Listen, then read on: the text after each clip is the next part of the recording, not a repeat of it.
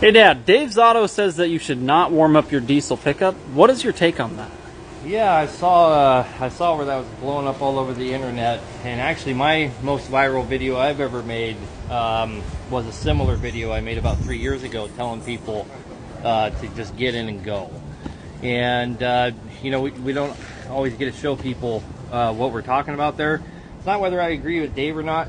I agree with what he said, okay? And let me show you an example of what he's talking about. So you just have to buy a bottle of this and put it in your fuel tank. I sell this, by the way, I'm just kidding. Let me show you what it actually does. A great example of an engine that should not be having to be rebuilt. Liner number 6 is completely glazed over, completely wiped out, and the rest of them are following close behind. We have a whole bunch of valve train damage here. You can see where there is excessive pressure on our buttons here.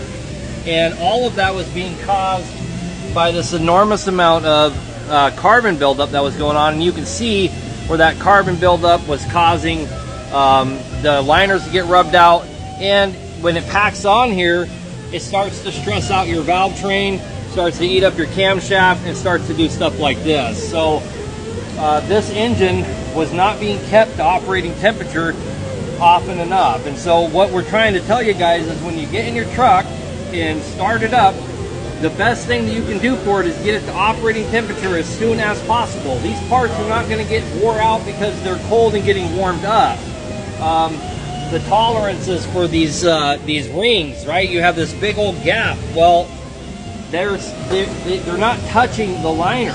The oil is keeping them from touching the liner, so you're not in any danger of harming anything from starting them up and driving them, but from not keeping them to operating temperature or having excessive idle times. So you're starting your truck and it's 10 below outside and you're going to idle it for 45 fucking minutes. You are just stacking and stacking and stacking, and it causes all kinds of damage, ruins your liners, ruins your valve train, and it fucks shit up. So Dave's right. And since everybody's going to ask, let me clarify really quick. What I mean by light load is you get in it and you go. And light load doesn't mean how much weight you have on your trailer or anything like that. It means how hard you're pushing that pedal. So you're easing into everything. Here's a good example, an example of a piece of machinery.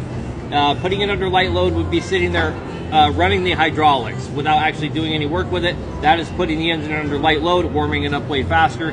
You can do the same thing with your semi.